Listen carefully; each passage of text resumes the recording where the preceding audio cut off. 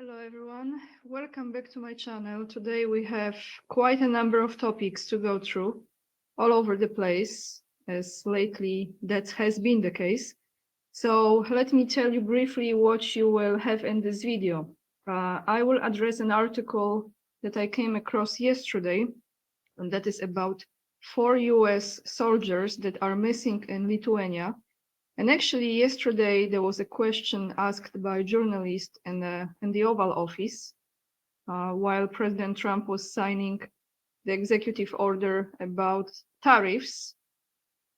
So we will start with this probably. We will also go after that to visit that Mark Rutte, who, as you know, is the Secretary General of NATO, really becoming less and less significant organization in the world, visited Poland. I will play a short clip in which he is warning, you know who, the biggest threat, and that is Putin. And then let me see what else I have. Of course, I have to bring to you the schmuck. Zelensky will be talking about that Putin actually is going to die soon. And we will go also to a visit that Zelensky is now making in France, and his BFF, or who knows, maybe slash lover, I wouldn't be surprised, Emmanuel Macron. I will play a video with that, and also an article from Poland in which there was a poll done, how many Polish people are willing to join the army and go and fight in Ukraine. So let's start with this article. What's going on with those missing soldiers, everyone? Let's read this. It's a quick one. And it says, US soldiers have gone missing on the border with Belarus. Conflicting information appears. 4 American soldiers went missing during exercises at a training ground near the Lithuanian-Belarusian border. There will be reports that the soldiers have been killed, and after a while, other information does not confirm this. Well, at least this bunny is softening the topic. The United States Army in Europe and Africa announced in an official statement that 4 American soldiers and a tracked vehicle were missing during exercises at the training ground near Pabrade, I don't know if that's the way you say the name, in eastern Lithuania, near the border with Belarus. It was emphasized that search and rescue efforts are being carried out by the US Army, Lithuanian Armed Forces, Lithuanian law enforcement agencies, and other entities. All the missing soldiers belong to the 1st Brigade, 3rd Infantry Division. At the time they went missing, they were planning tactical training. I would like to personally thank to Lithuanian Armed Forces and Rescue Services who quickly came to our aid in our search operations, said Lieutenant General Charles Constanza, commander of the US Army V Corps. Anyway, so this is the article I came across yesterday, and how interesting, because a few hours later, as I was watching live, and you know, I repeat this often, what I do, I tend to watch almost everything that comes out from the White House, pretty much. And if I can do it via live stream, then I watch this when it's live. If not, afterwards. But here is this question that the journalist asked at the Oval Office in the White House yesterday about those 4 missing soldiers. And let me play this very short clip for you.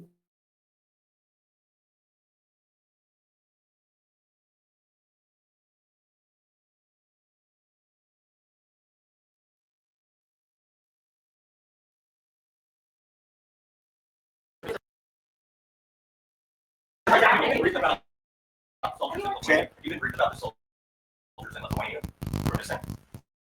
No, I haven't.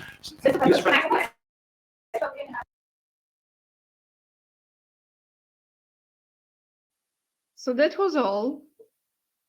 Interesting. So either the story is not real or there is something behind it. We will see. Time will tell. So now, guys, let's go to the visit that Mark Rutte had yesterday. He was in Poland, and our new/old Prime Minister Donald Tusk. Let me just play it. The warning again, and how friendly they are. It's just, you know, when you watch it, you have to look at it like it's truly a Muppet show, because you cannot take it seriously anymore.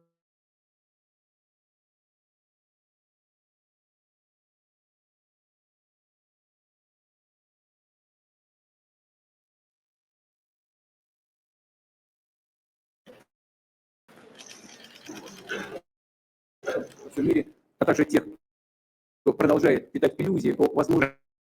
It comes to the defense of Poland and the general defense of NATO territory. If anyone were to miscalculate and think they can get away with an attack on Poland or on any other ally, they will be met with the full force of this fierce alliance. Our reaction will be devastating. This has to be very clear to Vladimir Vladimirovich Putin and anyone else who wants to attack us. In an increasingly dangerous world, boosting defense spending is essential. Let's not forget that Russia is and is remaining the most significant and direct threat to our alliance. Let's not forget that Russia is moving into a wartime economy, and that will have a huge impact on their capacity and capability to build their armed forces. When it comes to defense of Poland and the general defense of NATO territory, I'll be together. Dziękuję bardzo. Thank you. Dziękujemy Państwu.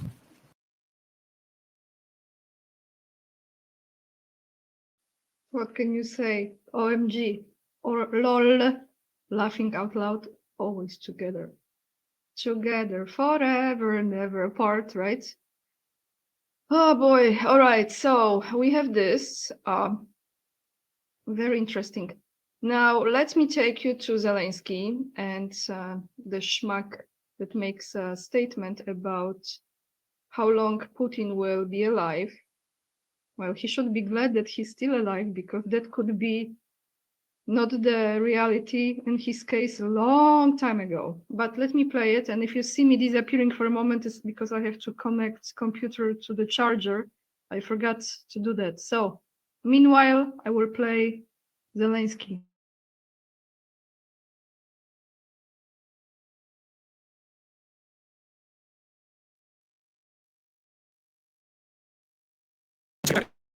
It also depends on his age. He will die soon, and that's a fact, and it will come to an end. And it could come to an end even before he ends his absolutely safe, losing, historically losing life. Historically lost life, and he is afraid of being left alone. L'administration américaine répète parfois, comme l'a fait d'ailleurs Donald Trump dans le bureau ovale, des contre-vérités. Alors la question est la suivante. Est-ce que la Maison-Blanche, selon vous, a adopté la propagande du Kremlin?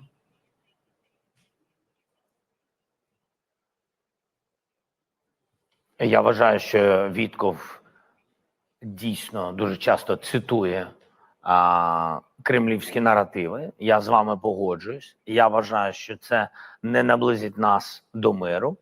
І я вважаю, що це, на жаль, послабить тиск американців на Російську Федерацію. Ми можемо тільки своїми діями виправляти це інформаційне поле. Ми намагаємося це робити. Я спілкувався з президентом Трампом не одного разу. І ми дуже намагаємося, щоб на рівні розвиток також ми обмінювалися реальною інформацією, правдивою, тому що заяви Віткова нам дуже заважають, тому що ми боремось з Путіним і дуже не хочемо, щоб у нього було багато помічників. Це точно нам складно, тому що ми і так боремось з країною, яка в 40 разів за територією більше, за гідністю менше, але це їх проблеми. Але за територією більше. Нам складно. Ми хочемо, щоб американці Я завжди казав президенту Трампу, ми хочемо, щоб американці були на нашому боці. І навіть якщо Америка сьогодні обрала тактику бути посередині, то посередині – це посередині, а не ближче до Кремля.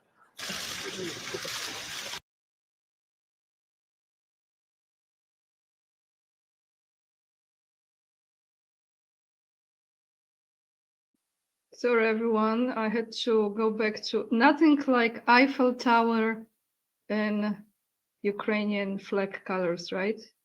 OMG. Speechless. Oh boy, what can I say? So we have this.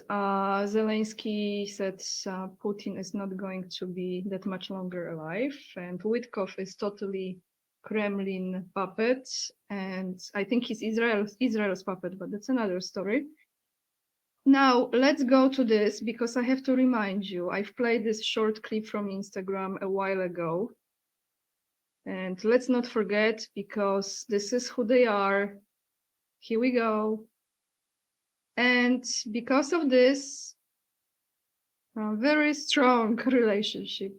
I'm not going to say more because I don't think you won't really hear it, what I think. Let's play Macron making statements yesterday in regards to the peace talks and what to expect, and another help that France is providing to his BFF, Schmuck Zelensky.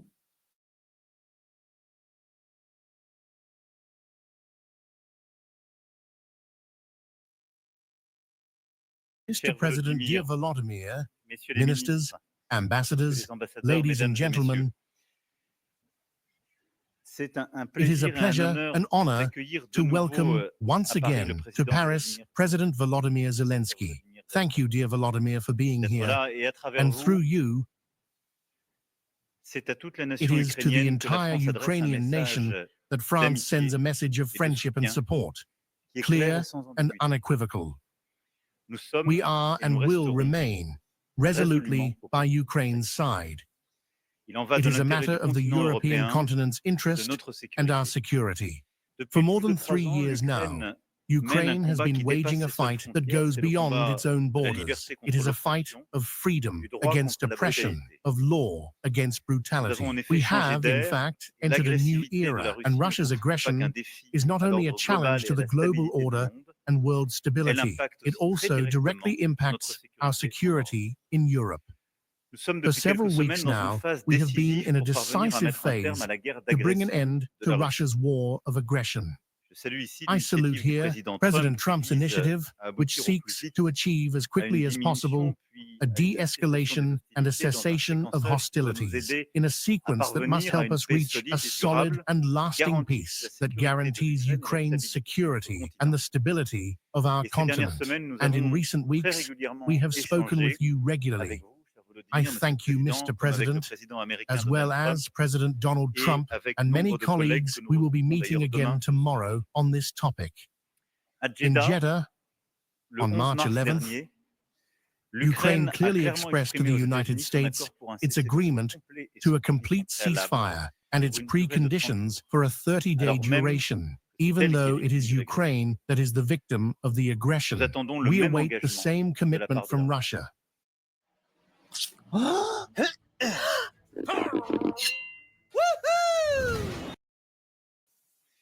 In recent days, the United States has held discussions, thanks to the hospitality of our Saudi friends, whom I wish to salute, with both Russia and Ukraine, in order to first stop strikes on energy infrastructure and work toward a ceasefire in the Black Sea. These measures could represent a first step toward a broader ceasefire, opening the way to building a peace that guarantees Ukraine's security. Even though I note today Russia's clearly established will to rewrite or reinterpret what had been discussed or agreed by listing new conditions.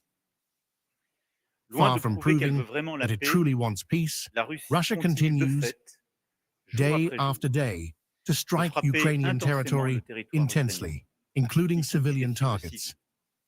We condemn these strikes, and they must absolutely stop. All in all, where you, Mr. President, had the courage to take the risk of peace by proposing and accepting this 30-day ceasefire in the air, at sea, and on civilian infrastructure, Russia has provided no solid response. And through its actions, it has demonstrated a will for war and a desire to continue the aggression. We made important decisions during the last European Council, and the approach of peace through strength is the one we continue to pursue. That is why the discussion we have just had, the one we will continue shortly, and the summit we will hold tomorrow in Paris, must build that solid and lasting peace for Ukraine and for Europe. This allows us to address several points. First and foremost, the immediate support to Ukraine. We must continue it.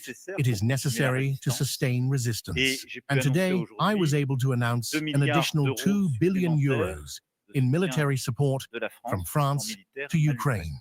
France, from the beginning, as you know, has provided capabilities that respond to the priority needs of the Ukrainian armed forces, and we have prepared additional assistance with Milan anti-tank missiles, air defense systems such as Mika missiles, which equip our Mirage fighters that have been delivered, or even Mistral surface-to-air missiles. To hold the front lines, Ukrainian forces will also receive armored vehicles, weapons, AMX-10 RC tanks, and a large number of munitions, including some remote-controlled and drones. We have also made progress on cooperation in satellite and intelligence matters, and this support will also be complemented by production of equipment in Ukraine, thanks to partnerships forged with our defense companies. These 2 billion euros in support are a first step, and our intention tomorrow is to mobilize all the partners who will be present to continue this immediate support to Ukraine. The second topic of discussion will concern a lasting ceasefire, ensuring it can be observed and respected. That will be an important part of the work we will undertake tomorrow with our European colleagues to precisely build this sequencing, a measurable, short-term ceasefire, followed by political discussions, which could then be consolidated and fully monitored. The third topic of discussion will concern the future structure of Ukraine's military, because the first guarantee of security for tomorrow's Ukraine, once peace is signed, will be to have a credible military structure capable of deterring any new aggression and resisting any future attacks by the Russian army. And we will have the opportunity to discuss this in detail tomorrow. The fourth topic will be the forces of guarantee within the framework of a peace agreement, not on the front line, but in a second tier, as a strategic reserve, so to speak, to help deter any new Russian aggression. Here too, work conducted with military chiefs of staff in recent weeks has allowed progress on planning and proposing solid options. This will also be part of tomorrow's discussion.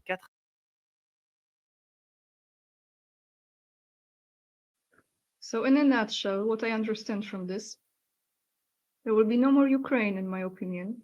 It will be Russia, or it will be pretty significant size of the buffer zone. That's what I think. That's about it. Sooner or later, no more Ukraine. So there is one of those, I think, planes, right? That is called Mirage. I think Mirage in French means illusion. And it's a perfect name because this whole project is like a big mirage. And yeah, what else can I tell you? I have very interesting poll about how Polish people feel about being sent to Ukraine. Sending Polish troops to Ukraine, a clear position of polls. This is from the Polish edition of Business Insider. Let's read this. Do I trust those polls? Not necessarily, however. Why not? Let's take a look. 62% of Poles are against sending Polish soldiers to Ukraine on a peacekeeping mission, according to a survey conducted by the Polster Research Institute on behalf of Super Express. This is one of the Polish portals, newspapers. And it's the survey that results of which were published on Wednesday, so yesterday, asked the question if European countries send their soldiers on peacekeeping mission to Ukraine, should Poland join them and send soldiers as well? 62 of respondents answered that they did not. 26% agreed to send the Polish army to Ukraine, and 12% answered that they did not know. So probably they don't want to do it as well. It's just they're afraid to say no. And yeah, very interesting, isn't it? Now, let me play this, and this is the last part of the video for you. I came across this several days ago, actually, I think about a week or so. This is from my Instagram. I don't need to play the sound, just the video. This shows you how those Ukrainians who were fighting in Ukraine ended up, where they ended up. Those are the graves. Do you see it? I hope you do. This is not photoshopped. This is not CGI. Those are actually real images, and those are images that have been accumulated throughout those more than 3 years of the conflicts. So they are running out of places, right? Maybe they should play this video when they are asking those questions and doing those surveys and those polls. They should play this video first in every country. Maybe Macron should play this video behind him on a big screen. And I'm sure a lot of people would change their opinion about participating in that. So everyone, this will be in the stories on my Instagram. That's all I have for you today. All the links will be attached down below in the description box. Thank you so much for hitting the thumbs up. If this content that I provide you brings you any value, thank you so much for watching my videos, for subscribing to my channel, and leaving the comments down below. If you choose to support my work, the best way to do it is by becoming my Patreon or joining the membership of my channel. Or you can also become the local supporter. And you definitely, if you have Instagram, make sure to follow me there. Let me show you one more time what my Instagram looks like and what is the name of my Instagram. So just 1 second. It's right here, Ania K _44. Please follow me there, and a lot of stories that I'm sharing with you will be posted right here. When you click on my picture here in the profile, then it will take you to the videos that I post, and it will take you to the stories that I share with you. And that's all for today. Lots of love, and remember, we are the leading edge, and we are saving humanity, and I see you in another video. Bye, everyone.